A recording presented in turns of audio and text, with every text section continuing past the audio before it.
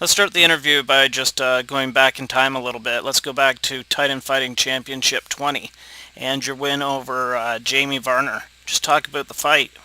I thought it was I took the fight on like a 3 day notice, so pretty short notice. Right. Been training pretty hard though before that, so I was pretty ready for the fight. As far as the fight wise, it was a tough 3 rounder, and he kind of underestimated me a little bit, and I felt that I had the edge, and I took advantage of it. Let's move forward a little bit. Just talk about the whole experience of the Ultimate Fighter tryouts and then the fight with James Vick. The experience with the Ultimate Fire was pretty cool, and I would never get that exposure fighting other places, and the practice of interviews and all the stuff you have to do in front of a camera. That was definitely interesting and a learning experience. As far as the fight with James Vick, I thought I was the aggressor and I controlled the round, and honestly don't know how the judges gave him that fight, but not much you can do about it. Back, so moving on, I guess, and trying to get back to what my ultimate goal is. So you're standing there in the cage, the ref's holding your hand there, and what's going through your mind? You think you got this? I actually did. I knew it was close, but I got the takedown right at the end. I thought that sealed it. Okay, man, and let's move on from that and almost catch ourselves up to date here. You struggled in your last two RFA fights. Just talk to me what happened there. I really have, but my first fight, it was a good fight, except for he just took me down and held me, didn't punch me. He was a Olympic wrestler, so obviously the wrestling was good, but he didn't want to strike at all. So that was kind of frustrating because I didn't get touched or punched. I just got taken down and held. So that was pretty frustrating. But then as far as my fight against Cliff Wright, I took that on about 5 days notice, on a short notice.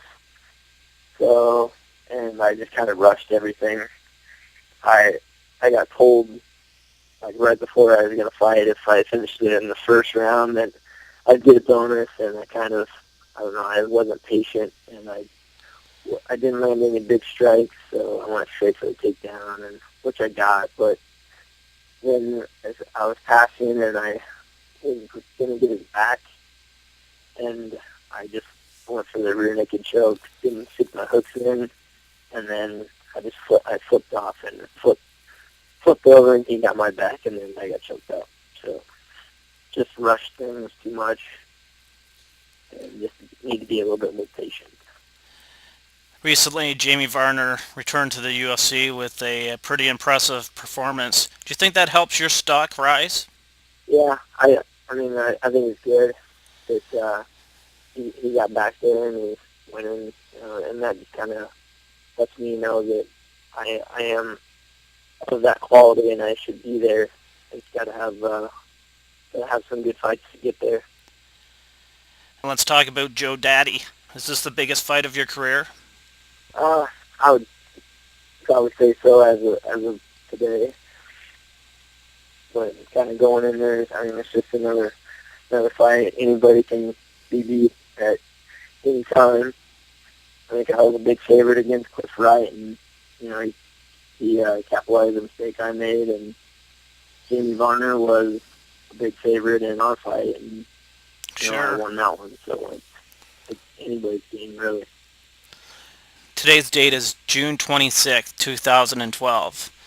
Joe Stevenson's last fight was June 26, 2011. Exactly 1 year ago, he had a fight in the UFC today. Do you think that might play a factor into the fight, that he hasn't had a fight in over a year? Yeah, I believe so. I mean, I've taken, when I was just starting to fight, I took about 9 months off, and then I came back, and yeah, I could definitely tell that I had a little ring rust.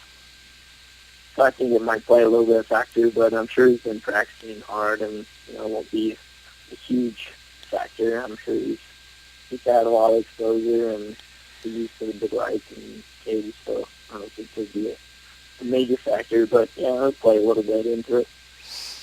Okay, moving on here, man. What will your keys to victory be in this fight? Keys to victory, I would say, just stay aggressive, but not get impatient. Aggressive, but patient, and keep the fight standing as long as I feel comfortable with. As the taping of this interview, it's Tuesday, the fight's Saturday, so weigh-ins are Friday. How much weight will you have to drop by Friday? I'm about 15 pounds over as of right now. So that's about the norm? Yeah, that's pretty normal. Then anywhere from 15 to 20 pounds over, not at this time. Right. Okay, so once you make the weight cut, what are you going to have to eat? I usually try to have a lot of water and get some Gatorade and try to eat pretty healthy. As far as I'll have like a chicken sandwich or stuff like that. Nothing, not like pizza or anything too Right. too destroying of your stomach. Yeah, for sure.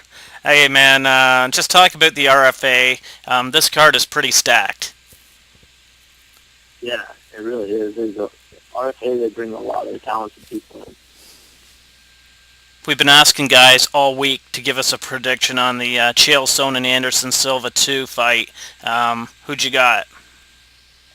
I'm kind of a fan of Chael just because he's been the only one to challenge Silva, but it's going to be interesting because I just heard on Twitter, Silva talking about breaking Chael's teeth. So I think if Anderson can keep standing, he'll get a knockout for sure, especially if he's on for him as bad as he does.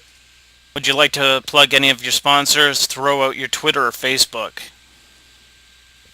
Yeah, definitely. I got sponsors. You got Shrimps Trucking, Hollow Point, my gym, Premier Combat Center.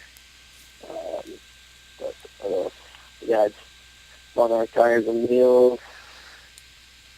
Got a bunch of sponsors. Shilky Records.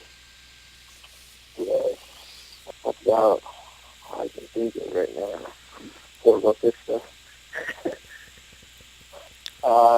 And as far as my Twitter, it's just Dakota Cochrane, at Dakota Cochrane, and then I have a fan page on Facebook. That's about it. Okay, man, thanks for the time, and good luck on Saturday night. Appreciate it. Okay, see ya. All right, thank you. Thanks for your interview.